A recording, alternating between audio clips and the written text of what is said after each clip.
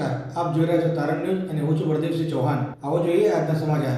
અરવલ્લીના મોડાસા તાલુકાના હફસાબાદના ખેડૂત નટુભાઈએ 2013 થી પ્રાકૃતિક ખેતી અપનાવી બતાવ્યો ટકાઉ ખેતીનો માર્ગ। ગુજરાત પ્રાકૃતિક વિકાસ બોર્ડના સહયોગથી નટુભાઈની અદ્ભુત સફર, ખર્ચ ઘટ્યો, નફો વધ્યો। ઝેર મુક્ત શાકભાજી અને સ્વાસ્થ્ય જમીન। અરવલ્લીના મોડાસા તાલુકાના હફસાબાદના નટુભાઈની પ્રાકૃતિક ખેતીની સફળતા। અરવલ્લી જિલ્લાના મોડાસા તાલુકાના હફસાબાદ ગામમાં રહેતા પ્રગતિશીલ ખેડૂત શ્રી ચમાર નટુભાઈએ 2013 થી પ્રાકૃતિક ખેતીનો માર્ગ અપનાવીને ખેતીના ક્ષેત્રે એક અદ્ભુત અને પ્રેરણાદાયી સફળતાની વાર્તા રચી છે।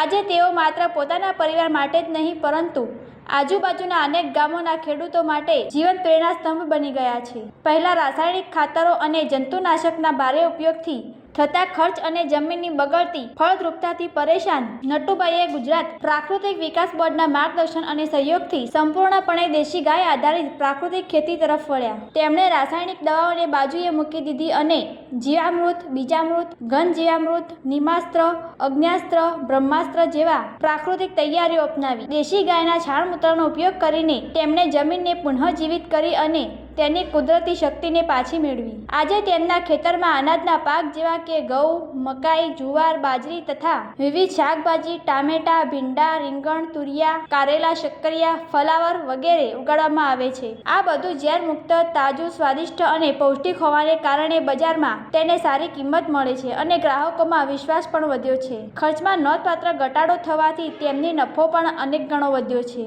નટુભાઈની સફળતાની વાત ફેલાતા જ આજુબાજુના ખેડૂતો તેમના ખેતરની મુલાકાત લેવા આવે છે। તેઓ પોતાના અનુભવો, પ્રાકૃતિક ખાતર બનાવવાની રીતો, જંતુ રોગ નિયંત્રણના કુદરતી ઉપાયો અને ઓછા ખર્ચે વધુ ઉત્પાદન મેળવવાની ટિપ્સ વહેંચે છે। આજે અનેક યુવા ખેડૂતો તેમની પાસેથી પ્રેરણા લઈને પ્રાકૃતિક ખેતી તરફ આગળ વધી રહ્યા છે, જેનાથી આ વિસ્તારમાં પ્રાકૃતિક કૃષિનો ઝડપથી વ્યાપ વધી રહ્યો છે। શ્રી ચમાર નટુભાઈ જેવા નિષ્ઠાવાન અને પરિશ્રમી ખેડૂતોના પ્રયાસો ગુજરાતના ખેતી ક્ષેત્રને નવી દિશા, નવી આશા અને નવો વિશ્વાસ આપી રહ્યા છે। રિપોર્ટર વનરાજસિંહ ખોડ સાથે તારણ ન્યૂઝ। હું ચમાર નટુભાઈ નથુભાઈ, ગામ હફસાબાદ, તાલુકો મોડાસા, જિલ્લો અરવલ્લી। હું છેલ્લા 2013 થી હું પ્રાકૃતિક કૃષિ સાથે જોડાયેલો છું। જે આત્મા પ્રોજેક્ટ અને ગુજરાત પ્રાકૃતિક વિકાસ બોર્ડ તરફથી જે મને પ્રેરણા મળી છે એ ખરેખર સારી છે અને જે પ્રાકૃતિક છે, જે પ્રાકૃતિક પેદાશને થાય, જે પબ્લિકને ખાવા માટે આરોગ્યપ્રદ સારામાં સારી હોય છે, જે રાસાયણિક દવાઓ અને ખાતરથી મુક્ત હોય છે, જેમાં હું જાતે જે આત્મા પ્રોજેક્ટ અને ગુજરાત પ્રાકૃતિક વિકાસ બોર્ડ તરફથી જે મને શીખ મળેલી એ પ્રમાણે જીવામૃત, ઘન જીવામૃત, બીજામૃત, દસપણિયક, અગ્ન્યાસ્ત્ર, બ્રહ્માસ્ત્ર તમામ વસ્તુ હું જાતે બનાવું છું। દેશી ગાય આધારિત અને એના ગૌમૂત્રથી અને છાણથી જ બનાવું છું।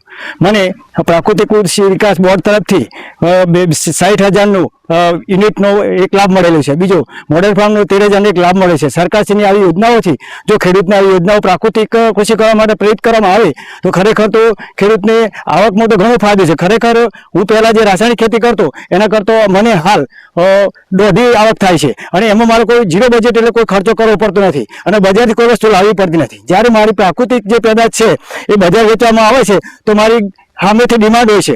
હાલ મારે પ્રાકૃતિક કૃષિ વિકાસ બોર્ડમાંથી જે મને પ્રેરણા મળી એ પ્રમાણે અરવલ્લી નેચરમાં મારો જે પ્રાકૃતિક કૃષિનો જે પેદાશ થાય છે, ખેત પેદાશ, જે અનાજ થાય છે અને જે શાકભાજી થાય છે તે અરવલ્લી નેચરમાં જાય છે અને સારો એવો મને ભાવ મળે છે અને એનું વેચાણ કરવા માટે ફરીને કોઈ વેચવું પડતું નથી। એની ડિમાન્ડ પણ છે। ખેતરેથી પણ મારી ફાર્મ ઉપર આવીને પણ ઘણા ખાવાવાળા વ્યક્તિઓ લઈ જાય છે અને ખરેખર પ્રાકૃતિક કૃષિ કરવામાં ફાયદો છે। અને ખરેખર જો ખેડૂતને આવી રીતે સરકારની આવી યોજનાઓ અને તમામ યોજના ખેડૂતોને પ્રેરિત કરવામાં આવે તો દરેક પબ્લિકનું તેમજ પશુઓનું, જે પ્રાણીઓને જે અનાજ અને ઘાસચારો ખાવામાં આવે છે એ પણ ઝેર મુક્ત હોય તો એમનું દૂધ અને પ્રાકૃતિકને જે અનાજ શાકભાજી હોય એ પણ ઝેર મુક્ત હોય તો આરોગ્ય માટે દરેકને પશુઓ તેમજ માણસ માટે પણ બહુ ફાયદાકારક છે। ખરેખર પ્રાકૃતિક કૃષિ કરવી જરૂરી છે।